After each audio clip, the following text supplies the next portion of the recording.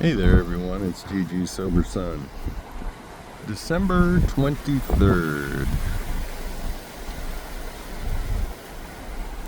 AA thought for the day. We have definitely left that dream world behind. It was only a sham. It was a world of our making, and it was not the real world. We are sorry for the past, yes, but we learned a lot from it. We can put it down to experience, valuable experience, as we see it now, because it has given us the knowledge necessary to face the world as it really is. We had to become alcoholics in order to find the AA program. We would not have gotten it any other way. In a way, it was worth it. Do I look at my past as valuable experience? Yeah, and I used to think that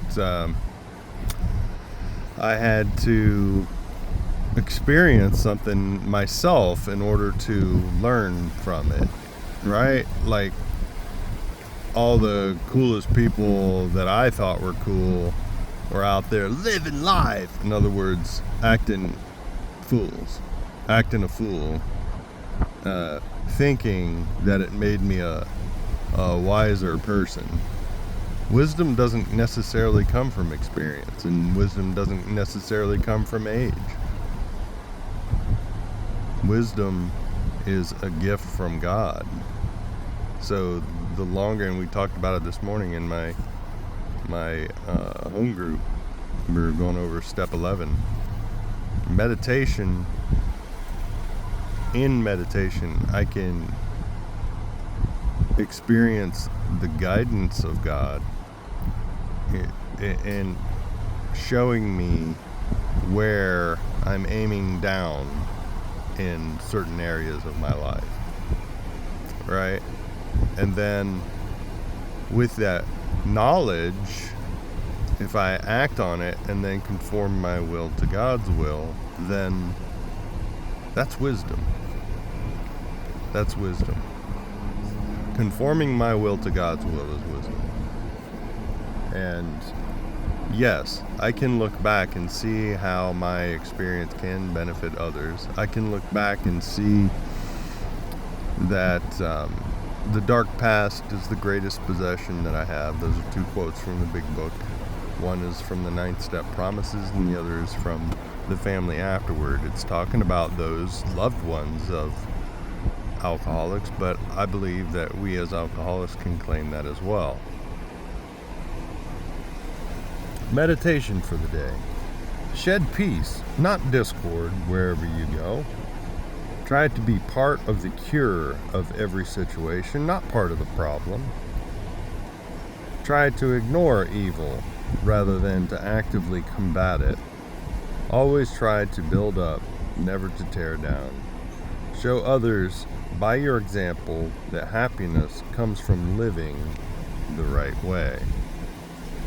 The power of your example is greater than the power of what you say. And that is so true. You know, it's like I was thinking about this with regards to Christmas coming up. That, you know, it's one thing to make holidays and birthdays special for somebody, but how do you treat them through the year? You know what I mean? Is it better to ignore those days, those special days, and just try to have a quality relationship outside of those days? Or are they mutually exclusive or not, you know? But, you know, I lived and grew up in a world where it was kind of like, you know, Christmas was such a big deal, and the true meaning of Christmas is a big deal, right? But getting gifts, what do you get? What'd you get for Christmas? That was the focus conversation afterwards, you know? It's like, what did you get? Not what did you give, what was your experience? What was Christmas like for you? You know? Um, and you know, it's that was the focus. What'd you get for your birthday? And I suppose that's human nature, you know. But I'd rather just be loved and appreciated throughout the year, you know, than to have these high highs, you know, because I do remember one birthday when I was a kid, it just felt like nobody's appreciating me. There's no, you know, I'm not treating special. I got in trouble from my dad or something like that, you know, and it was just like, this is the worst birthday ever, you know, and it's because of expectations. And, you know, I think it's more important to, you know, to show love and respect and presence and grace every day than it is to have these high highs on special days, you know, quote unquote special days. Prayer for the day. I pray that I may try to bring something good into every situation. I pray that I may be constructive in the way I think and speak and act today. And I guess I've always wanted that within my own heart, you know, to be a person who brings something good to every interaction.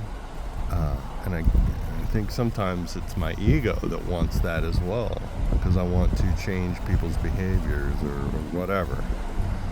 But I also know certain people who feel it's necessary to constantly show people the man behind the curtain, so to speak. You know, that like to point out to everybody Bill Wilson's failings.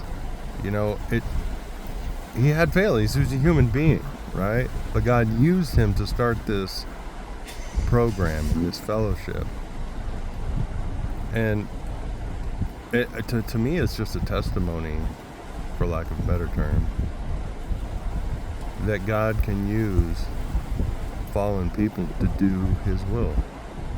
So why shouldn't He be able to do that with me? You know, in any given situation. So, the Live and Learn and Love and Growing program, y'all. Keep coming back. Thanks for letting me share. And chin up, aim up, rise up.